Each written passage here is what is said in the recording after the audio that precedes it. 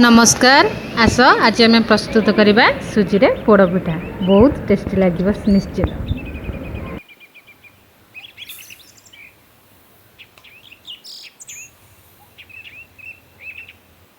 दुई चमच अटा ए पकई भल स्ट्रक्चर आसापी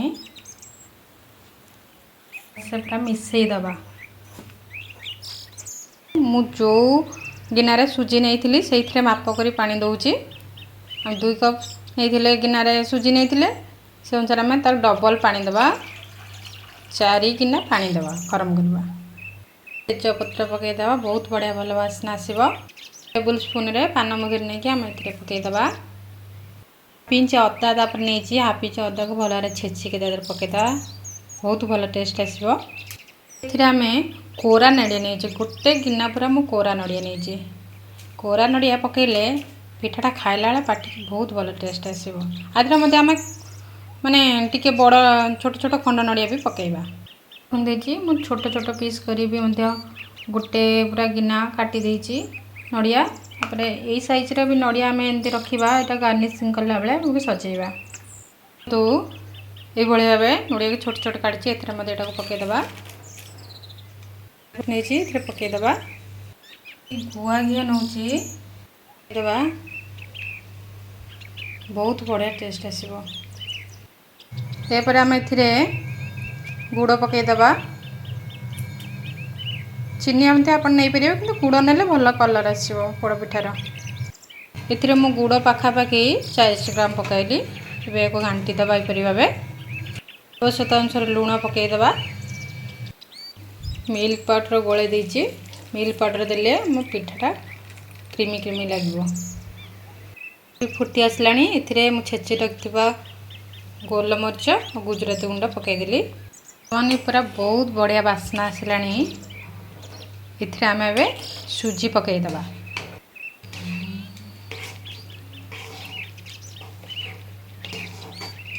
फ्लेम को स्लो करदे या आम पूरा ये भाव हल्का हल्का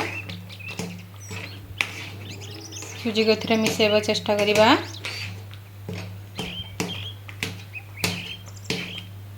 पूरा स्लो आंच देकी ये डोब्रे हला पर्यंत पकईपरी घांटा लगे।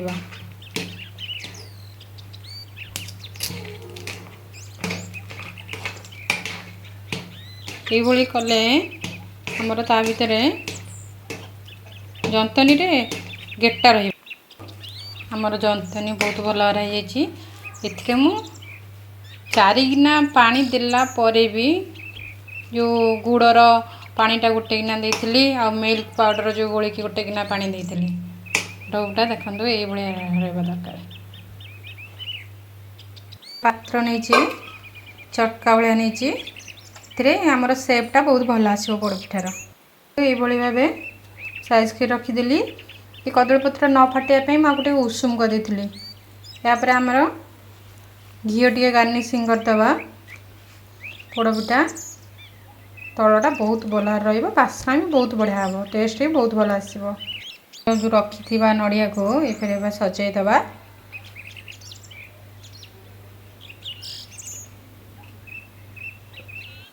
को बेसी ठंडा हबू न देगी आम या यहीपरी भाव ये पात्र रे रखीदे।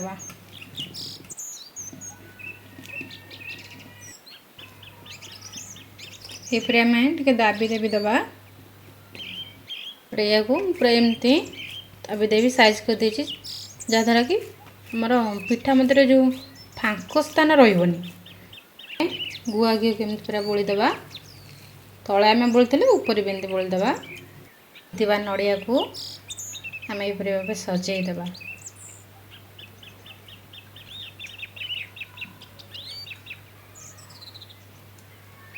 एमती कदली पत्र देदे जहाँद्वारा आम पिठा पोड़ला जो पानीटा जलिया बाष्पटा बाहर ता पिठाटा भेदब ना भागे आम कदली पत्र तले जमी देते ऊपर से सजेदे जहाँद्वारा आमर जो पिठा पोड़ला जो जली अंशटा आधे पड़ब ना कि भेदब ना।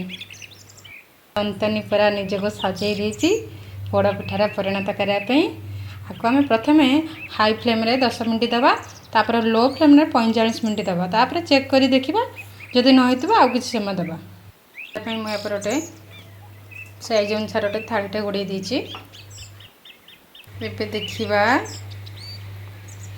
हमर गोटे पट साइड पोड़ पिठा होइछि नै तेरा केते सुंदर भारे पड़ी जाइछि हमर तळ पट्टा तो पूरा बढ़िया रे पड़ी जाइछि ए ऊपर पट्टा को 15 मिनिट खंडे हमें ताको उल्टाई की पोड़ी दबा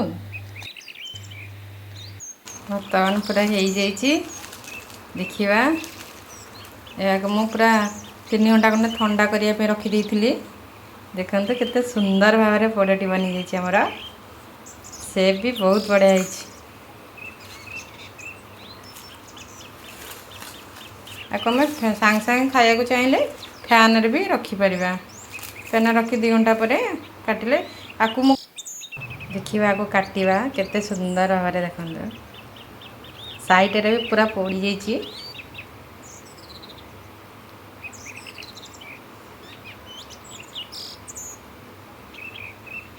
अरे देखंतु पूरा पोड़ी जाइछि हमर पोड़ पिठाटी पूरा बर्थडे केक रे सेव बोलिछि पोड़ पिठाटी को देखंतु पूरा केमती बाइंडिंग होइछि बहुत सुंदर भाबरे पोड़ पिठाटी प्रस्तुत हो जाइछि आको प्रथम ठाकुर पाखरे भोग लगेबा तापरे चखिबा।